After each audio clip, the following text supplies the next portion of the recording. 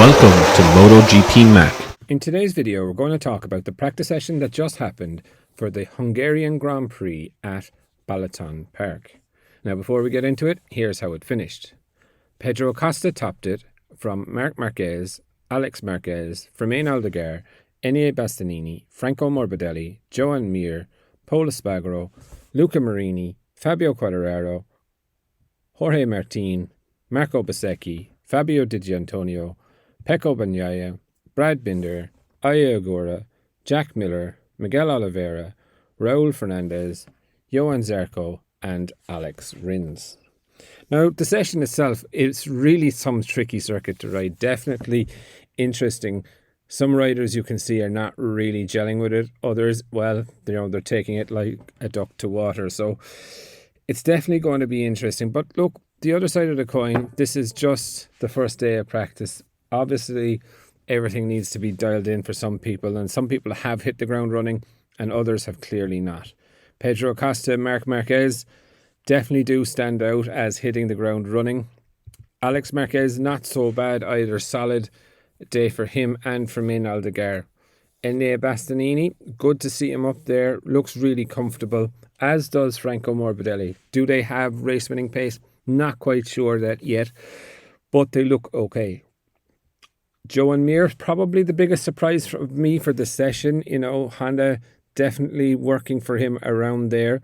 Pol Espargaro on the KTM, definitely KTM working well around here, not taking anything away from Pol Espargaro, but hit the ground running as a test rider. Remember, he is replacing Maverick Vinales, but it is really good to see him. Luca Marini, not a bad session as well for Luca in 9th place, and Fabio Quartararo, the last one secure in Q2 tomorrow. Not bad for the Yamaha, 0.6 of a second off in a pretty stop-start circuit, but saying that he seems to be managing it well. Good session as well for Jorge Martin, 0.6 off. Strange engine blow up this morning in first practice and the bike stood in the gravel. Kind of entertaining, actually, if I'm honest. Marco Bezzecchi, a little bit surprising, but again, this is a new circuit, not going to be looking too deep into things.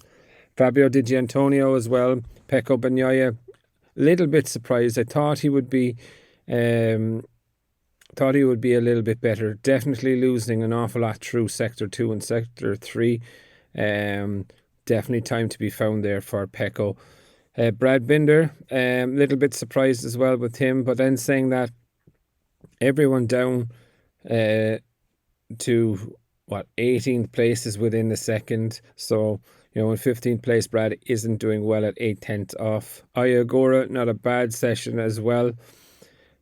Jack Miller, Miguel Oliveira, struggling, let's just call it, but saying that, just on the cusp of a second off the leader's pace. Raul Fernandez having an okay session.